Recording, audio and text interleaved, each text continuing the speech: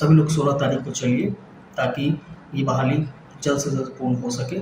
नहीं तो 2-3 महीने यदि और डिले हो गया तो ये मान के चलिए कि ये बहाली इस साल नहीं ही आएगी।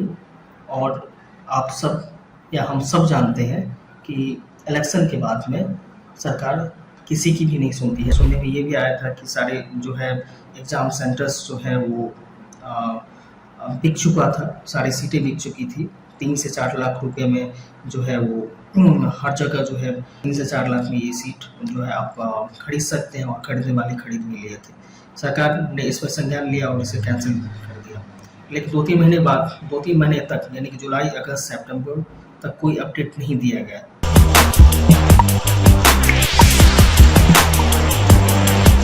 देखिए, पंचायती राज विभाग से बहुत सारे अभ्यर्थी नाराज हैं। नमस्कार, मैं हूं निकुल तिवारी और आप वॉइस हब देख रहे हैं। अभ्यर्थियों का बहुत सारा डिमांड है, वो आपको वीडियो के जरिए से नजर पड़ जाएगा।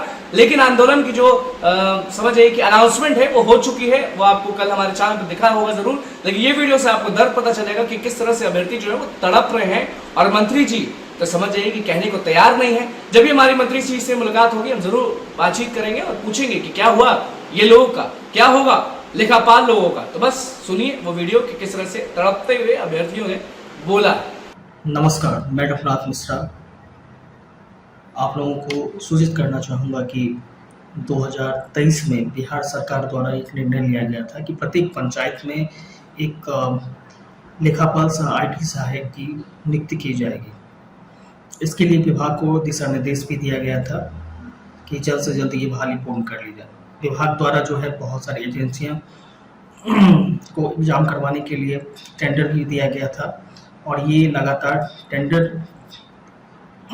को देने के क्रम में लगातार 1 से 1.5 साल इसमें डिले किया गया। टेंडर ही किसी को नहीं मिल पाया। फाइनली किसी एक एजेंसी को जो है टेंडर दिया गया, और 2024 में यह निर्णय लिया गया कि जो है ये बहाली किसी एजेंसी के माध्यम से करवाई जाएगी, जो कि आउट रिसोर्स होगी।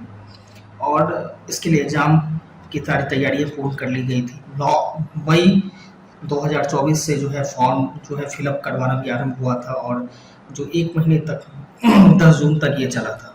और आनन फानन में जो है इसका एग्ज़ाम डेट भी घोषित किया गया, जो 1 जुलाई से लेकर के 10 जुलाई के बीच में होने वाला था, जिसमें 73,000 फॉर्म जो है कैंडिडेट ने भरे थे, इसमें अप्लाई किए थे ताकि उनका सिलेक्शन हो सके। लेकिन 28 जून को ये निर्णय आता है कि अपरिहार्य कारणों से जो है ये बहाली कैंसिल की जाती है। इसमें बहुत सारा कारण था। सुनने में ये भी आया था कि सारे जो है एग्ज़ाम सेंटर्स जो है वो बिक चुका था, सारी सीटें बिक चुकी थी। 3 से 4 लाख रुपए में जो है वो हर जगह जो है हर जगह ये चल रहा था कि 3 से 4 लाख में ये सीट जो है आप खरीद सकते हैं, और खरीदने वाले खरीद भी लिए थे। सरकार ने इस पर संज्ञान लिया और इसे कैंसिल कर दिया। लेकिन 2-3 महीने बाद 2-3 महीने तक यानी कि जुलाई, अगस्त, सितंबर तक कोई अपडेट नहीं दिया गया।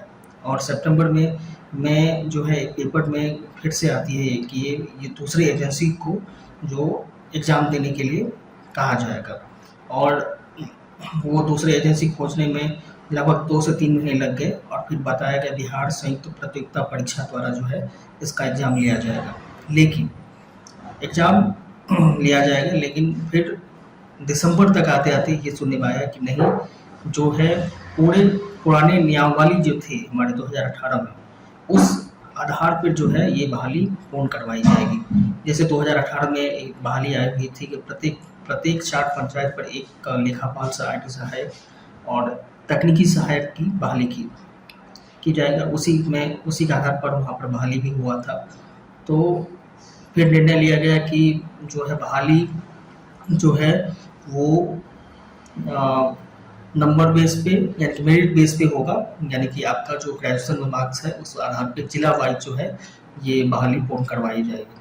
और इसके लिए फिर से जो है प्रत्येक जिलों को जो है रजिस्टर के लिए पत्र भेजा गया, और लेकिन अभी तक ये रोस्टर्स क्लियर नहीं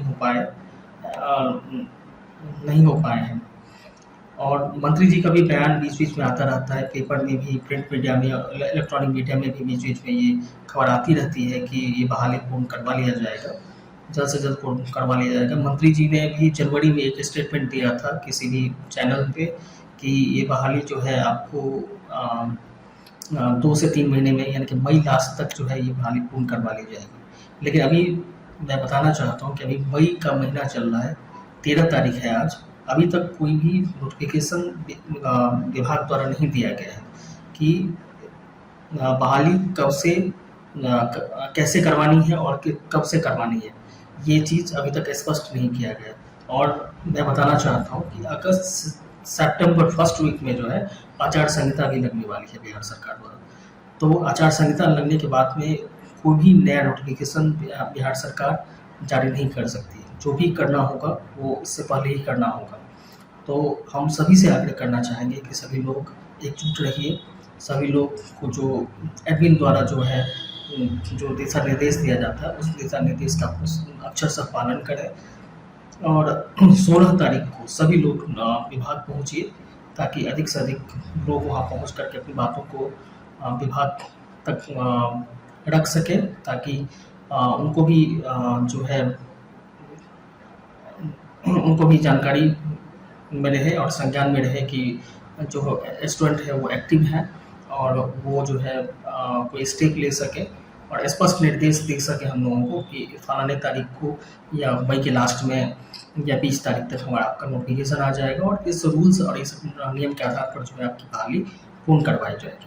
हम आप लोगों से भी आग्रह करना चाहते हैं कि प्लीज़ सजग रहिए और ग्रुप के जो एडमिन द्वारा या ग्रुप के जो एडमिन है उनके द्वारा जो दिशा निर्देश दिया जाता है उनका अच्छा सा पालन करें और सभी लोग 16 तारीख को चलिए ताकि ये बहाली जल्द से जल्द पूर्ण हो सके। नहीं तो 2-3 महीने यदि और डिले हो गया तो ये मान के चलिए कि ये बहाली इस साल नहीं ही आएगी। और आप सब या हम सब जानते हैं कि इलेक्शन के बाद में सरकार किसी की भी नहीं सुनती है 4 साल तक। तो 2029 में जब लोकसभा चुनाव होगा तो तभी हम उम्मीद कर सकते हैं कि बहाली फिर आ पाएगा।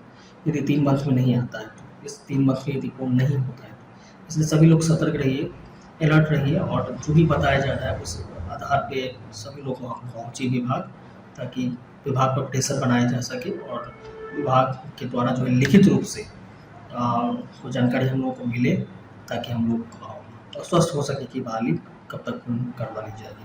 बहुत बहुत धन्यवाद आप लोगों का। तो अभ्यर्थी का क्या कुछ कहना था वो आप सीरियस समझ गए। कमेंट बॉक्स में जरूर बताइएगा कि क्या आप सभी लोग पटना आ रहे हैं, क्योंकि एक हैशटैग चल रहा है पटना चले पटना चले पटना चले पटना चले। बहुत बहुत धन्यवाद।